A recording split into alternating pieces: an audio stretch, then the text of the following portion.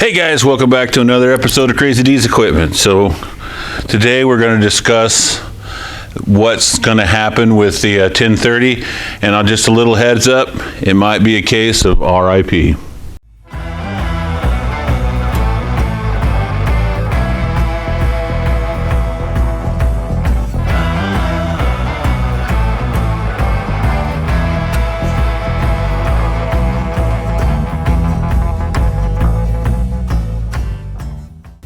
So the first thing I want to start out with right away, guys, is we buy and sell tractors. So I have to watch what we put into these tractors. And a lot of you guys at the end of this video are already getting ready to type into the comments right now that you can rebuild the engine, blah, blah, blah, blah, blah. Let me give you a little math. This tractor was purchased with its partner for $2,500. I'm $2,000 in this one. I was $500 into this other one. Okay. The kit to redo this engine is $3,000, the one I found. That's not even doing the math yet. Figure out the cost of paying Doc to do his work, to have Dan rebuild this engine. Even though engine rebuilding is his absolute most favorite thing in the world to do, and he would just be over the moon to do it. When you figure that out, that puts us in the $5,000 range on what I'm into this tractor. This tractor on the lot is going to bring me $7,000. I've sold hundreds of these for about $7,000. That's what I get out of them. We would change the rear tires and stuff on it, which I have a set for it to go on it. But the math is not there. Yeah, following from what I've just said, it is an RIP situation. Rest in peace for the poor 1030. Now, what will happen to the 1030 is it will probably be taken out to the farm, or up to the holding yard, and it'll be a parts tractor. We will steal bits and pieces off it as we need. So I'm not wanting to sell the tractor. I'm not wanting to sell anything off the tractor because I very well may need it myself. You know, the power steering pump is definitely something I'm going to keep because these always have trouble with the power steering pump. I'm definitely going to keep the injector pump because it was working good. The lines, the heads, all that stuff is good. What's not good? Well, we need to go over that. So we'll start off with the most simple thing. The crank is scarred. And that's because the oil pump wasn't working correctly.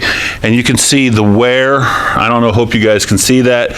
The wear on the bearings here. Doc said every single one of them is like that. He said some are much worse than others.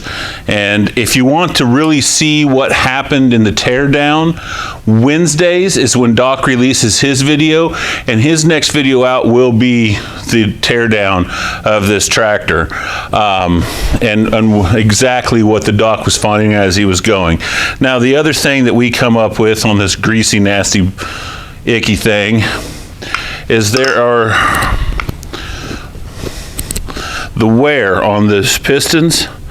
So, and we have some cracked rings up here that was going to need all new rings.